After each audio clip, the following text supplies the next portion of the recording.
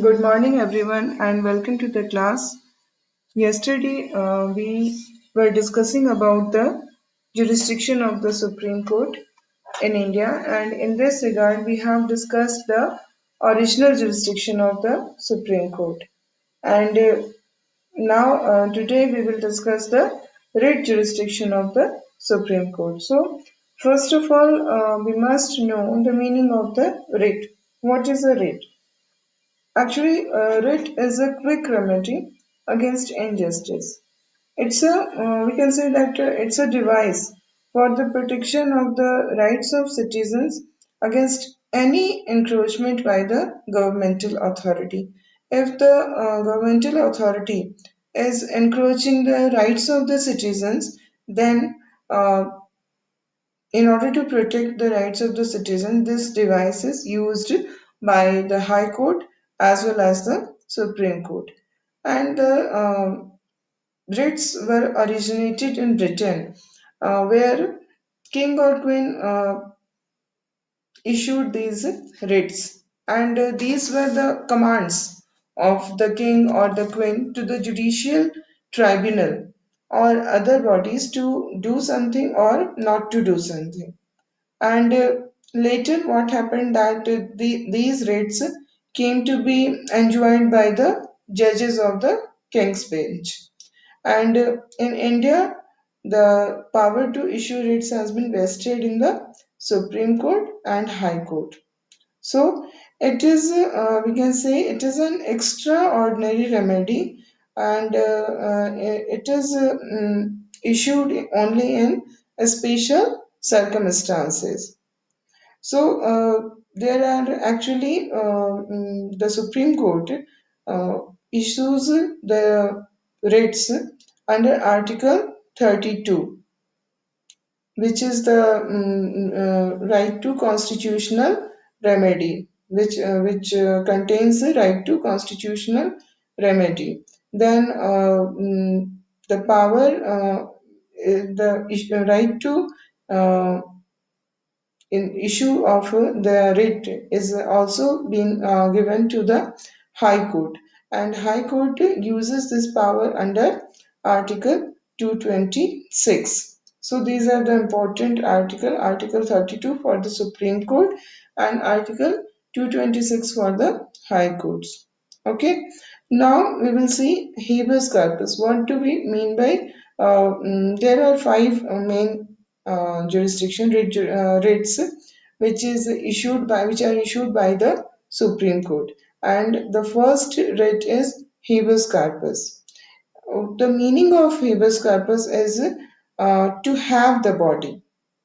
Okay, the literal meaning of this habeas corpus is to have the body, and this writ is an order to the detaining authority or person to physically present before the court the detained person.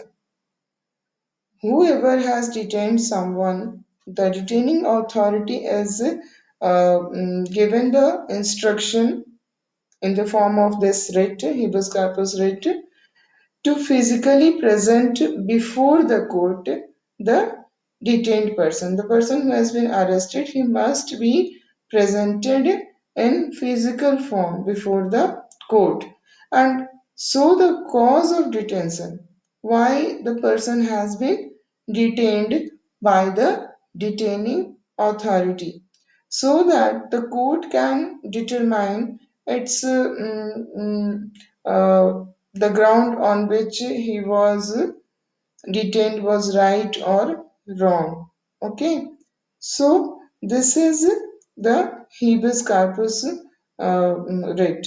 If the court finds that the detention is illegal, then what happens that the detained person is set free.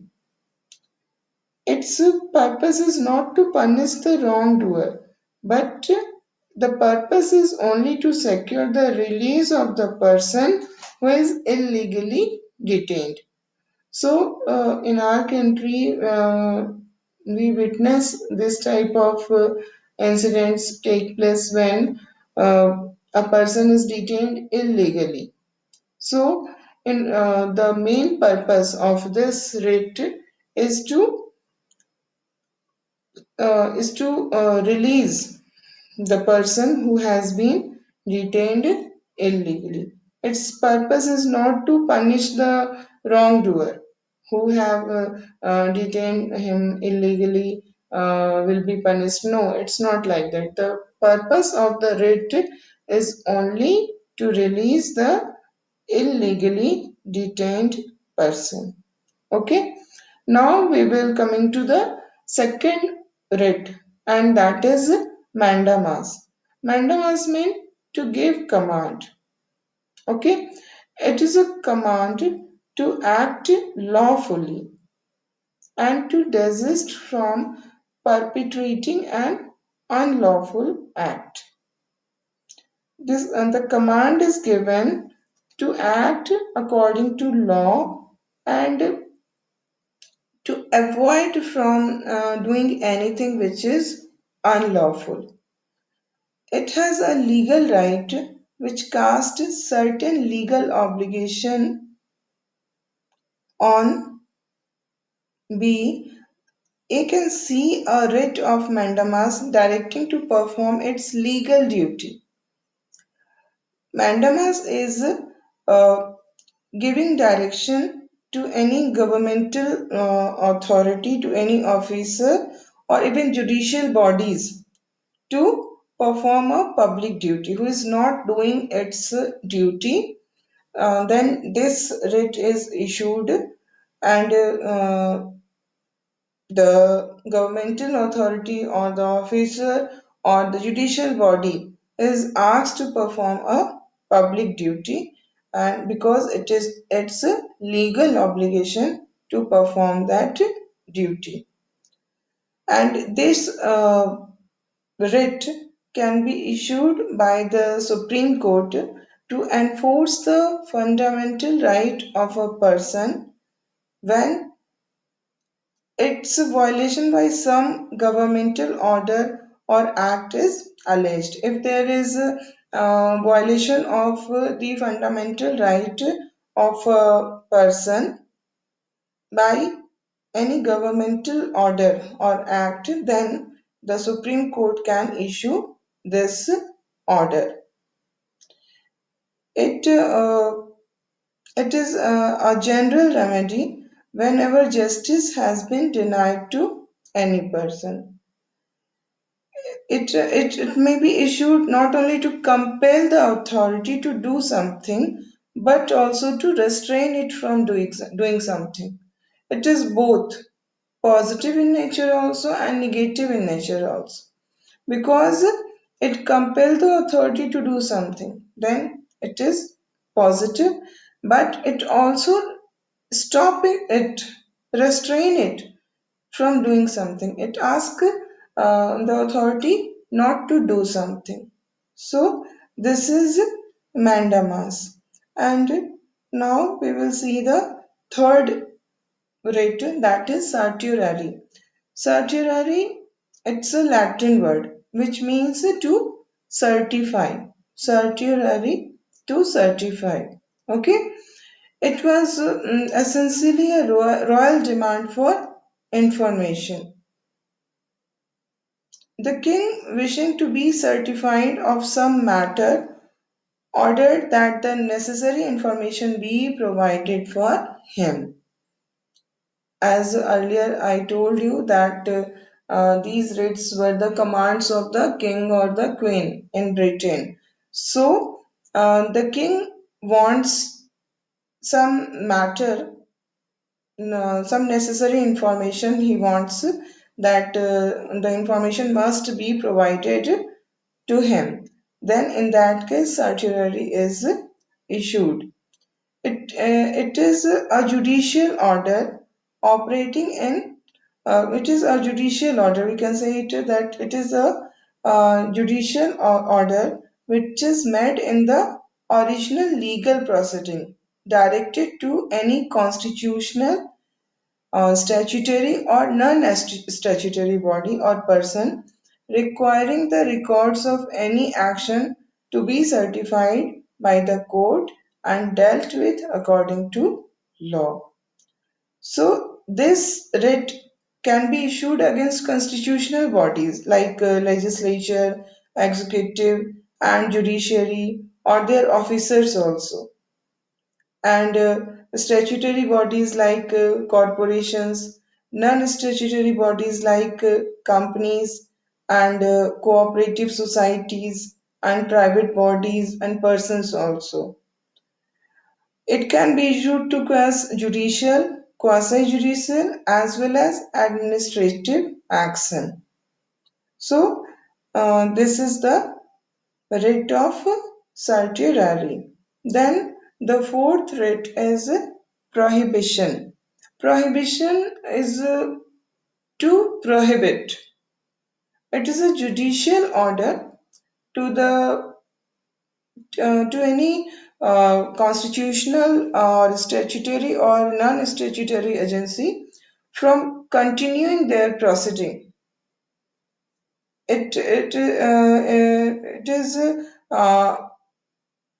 prohibiting the constitutional, statutory, or non-statutory agency to continue their proceeding because it is abusing its jurisdiction or it is violating the principle of natural justice.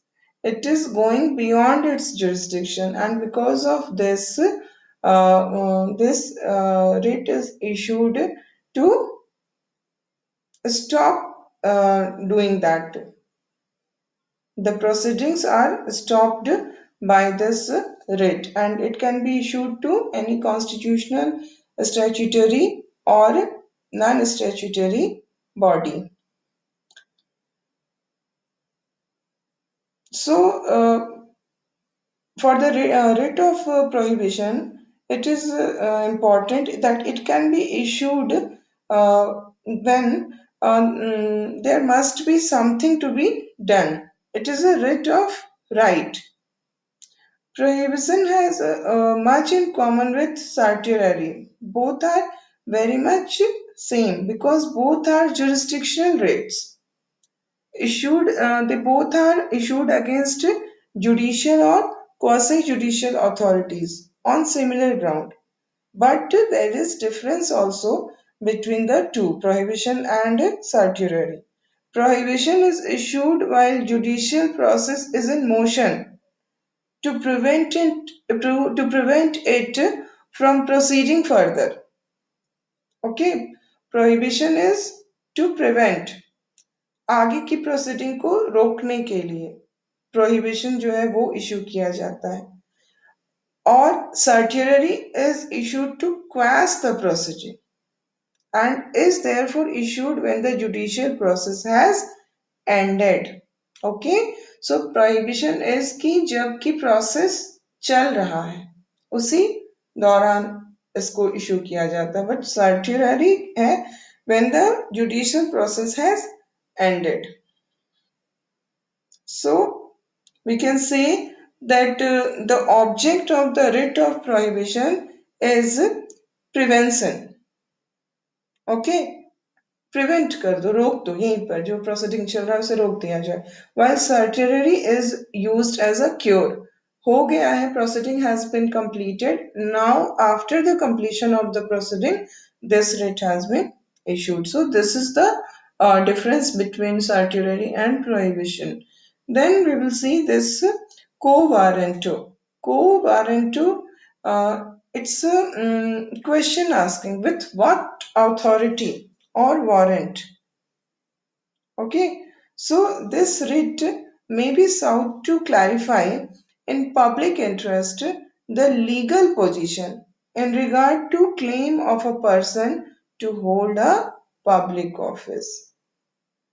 Okay, it is an application seeking such a writ may be made by any person provided the office in question is a substantive public office of a permanent nature which is created by constitution or law and a person has been appointed to it without a legal title and in contravention of the constitution or the laws.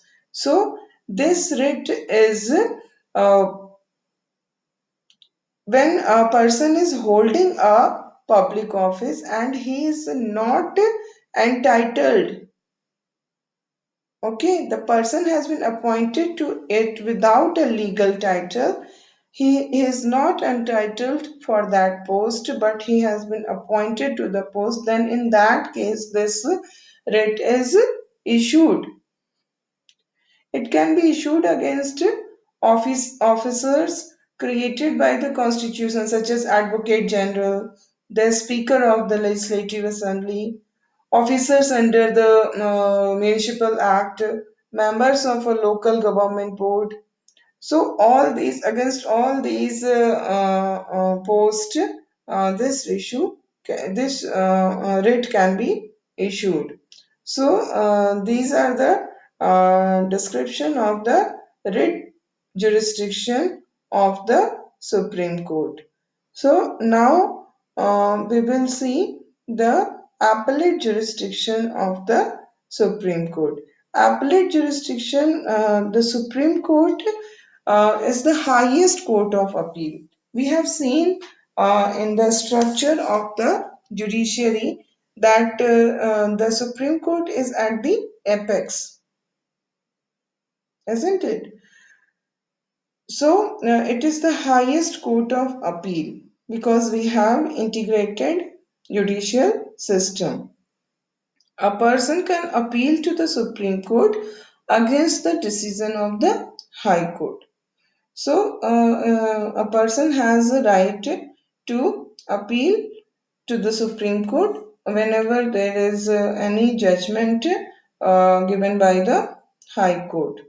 So, but what is required? It can be appeal can be done only when a certificate is granted by High Court, whichever High Court is concerned. From that High Court, a certificate must be granted, and this certificate will say that the case, whatever is the case, it may be civil case, it may be criminal case, so the case involve substantial question of law which require the interpretation of the constitution.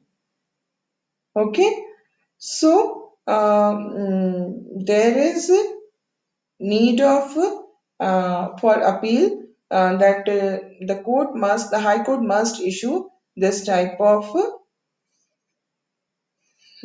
certificate. Then we see there is another matter also that this there can be appeal can be held in the Supreme Court in civil matters if the High Court gives certificate which that the case involves a substantial question of law. Then there is another criteria also. The appeal can be done in the Supreme Court in civil matter if the High Court is of the opinion that the said question needs to be decided by the Supreme Court. Whatever is the matter which is there in the High Court, this matter should be decided by the Supreme Court. Then it goes to the Supreme Court in the form of appeal. But in criminal cases, we see that appeal can be done to the Supreme Court if High Court has on appeal reversed an order of acquittal of an accused person and sentenced him to death or to imprisonment for life or for a period of not less than 10 years. It means that Supreme High Court was hearing the appeal from there was judgment from the lower court or the subordinate courts, and the lower court has acquitted an accused person. Okay, the lower court has acquitted the accused person, but when the case came in the high court in the form of appeal, then what happened that the high court reversed the order of acquittal. उसने order of acquittal को उलट दिया and he sentenced the accused person to death. Either he sentenced him to death or to imprisonment for life. या तो उसको death का उसने sentence दिया या फिर उसको उम्र कैद की सजा दी और for a period of not less than 10 years या फिर 10 years से कम की सजा उसको नहीं दे रहा है. Then in that case what happens court में यहाँ से मैटर जो है वो सुप्रीम कोर्ट में अपील के लिए जाएगा. ओके, दूसरी भी केस होती है जब High Court has withdrawn for trial before itself any case from any court subordinate to its authority and has in such trial convicted the accused and sentenced him to death or to imprisonment for life or for a period of not less than 10 years. So, what happens, there is a second situation is also there when the Supreme Court has Supreme Court withdraws for trials before itself any case from any subordinate court to its authority and uh, when trial happens the High Court convicts the accused and sentenced him to इधर to death sentence उसको death sentence देता है और imprisonment for life or for a period of not less than 10 years. And then there is the third situation when the High Court certifies that the case is a fit one for appeal to the Supreme Court. So, Parliament is authorized to confer on the Supreme Court any further power to entertain and hear appeals from any judgment, final order, or a sentence in a criminal proceeding of a high court. So it depends on the parliament. It can enhance the appellate jurisdiction of the Supreme Court. So Supreme Court has a very wide appellate jurisdiction over all courts and tribunals in India. And the special petition leave also comes under the appellate jurisdiction only. So in this way, we see that the Supreme Court is the highest court of appeal. It can hear appeal from all the high courts which are working under it. Now we will see the another jurisdiction of the High Court, Supreme Court, that is advisory jurisdiction. So advisory jurisdiction is given to the Supreme Court by Article 143. It is Article 143 which gives the Supreme Court the advisory jurisdiction. It is that if at any time the president feels it appears to the president that any question of law or fact has arisen or it may arise which is which is a very public important matter and it is very important to obtain the opinion of the Supreme Court over this matter, then the President may refer the question to the Supreme Court for consideration, and the court may, after such hearing as it thinks fit, report to the president its opinion. Whatever it feels is the whatever is the opinion of the Supreme Court, it is given to the president. So, advisory jurisdiction is when a lower court or any constitutional body seeks the advice of the higher court in a matter of law. The practice of seeking advisory opinion of the judiciary has its beginning in England. It started in England only. Okay, and in our country, our president has been given this right that he can take advice of the Supreme Court in the matters of public importance. So, this is very important right. Okay, and the Supreme Court, but in this regard, one thing is very important to know, that the Supreme Court is not bound to give advice on such matters. Mm, President may ask for the advice of the Supreme Court, but Supreme Court is not bound to give advice. Okay, and there is another thing also. The president is also not bound to accept such an advice. He may ask for the advice of the Supreme Court. The Supreme Court may not give the advice to the president, and the president is not bound to accept such an advice. Whatever advice is given by the judiciary, by the Supreme Court, the president is not bound to accept it.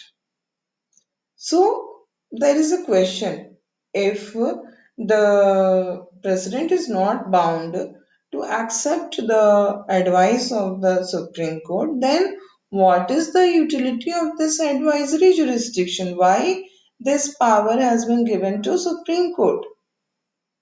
But actually, we must know that it's very, very useful, and the utility is twofold.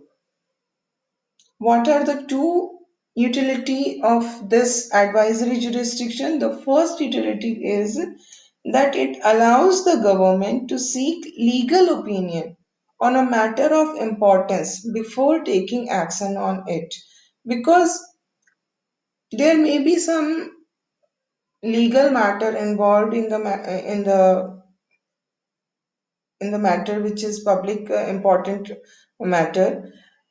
So whatever legal elements are there in the matter, that must be clear before the government. Government can seek legal opinion, and then according to that legal opinion, according to that legal element, the government will take action. Otherwise, what will happen? It may create a type of problem, constitutional problem. Government is not understanding any legal matter, what is which is involved in the legal element which is involved in the matter, and then it can take decision which can be illegal. So before that, it must take the opinion of the Supreme Court. And if the government take any decision which is illegal, then what happened? There will be litigations, because people will file petitions, PIL, public interest litigations will be there, and unnecessary, the problem will become complex. So it will be better to clear the legal elements in the matter. Then its second benefit is also there, and it is that in the light of the advice of the Supreme Court, the government can make suitable changes in its action or legislation. Whatever government is going to uh, take action, or government is going to make legislation, then according to the advice of the Supreme Court, the government can make suitable changes so that there should not arise any legal question, there should not arise any matter of legality, and litigations can be stop. So, in this way, we can see that the advisory power of the Supreme Court is very much important. Though President is not bound to accept it, still it is very much important. Okay, so today we will discuss this much, and now further discussions will be done tomorrow.